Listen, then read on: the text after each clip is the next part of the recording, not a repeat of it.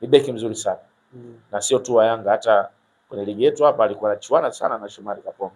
Kwa ni daraja la juu sana kwa beki. Hata kimataifa amekuwa akiwapa Yanga mchango mzuri, na ndio maana alikuwa anamuita jeshi.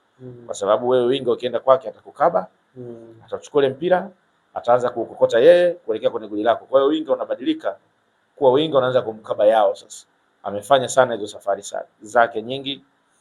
Lakini kingine cha ufundi ambacho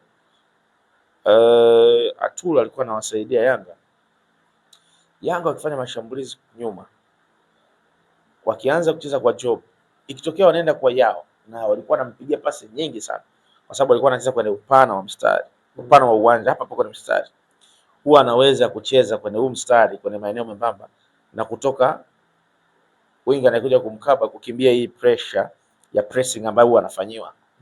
Ukimtazama kitaalamu utaona anawasaidia sana Yanga kutoka kwenye pressure kule chini, kitu ambacho Kibwana na Israel hawafanyi kwa ukubwa kama Yao.